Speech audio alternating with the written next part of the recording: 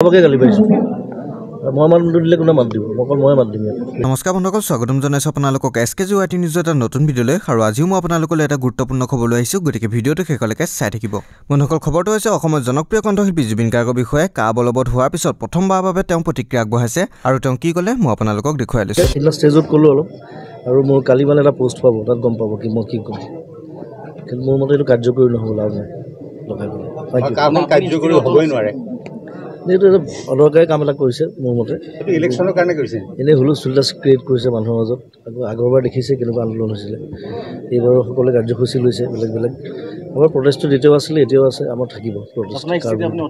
মই সদায় একে কথা কওঁ দুবাৰ আপুনি কেনেদৰে প্ৰতিবাদ কৰিব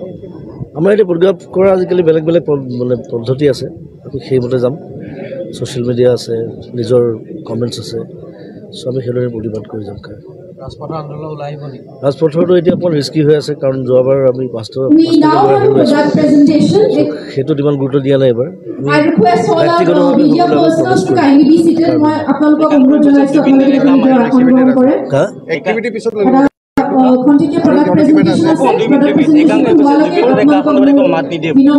মই সেইদিনা ষ্টেজতে মাত দিছিলোঁ চবকে গালি পাইছোঁ মই মাত নিদিলে কোনে মাত দিব অকল মই মাত দিম বেছিকৈ গতিকে দেখিলে ইয়াৰ বিষয়ে কি ভাবে আপোনালোকে তলত কমেণ্ট কৰি জনাব পাৰে আজি এই ভিডিঅ'টোত ইমানেই ধন্যবাদ জয় অসম।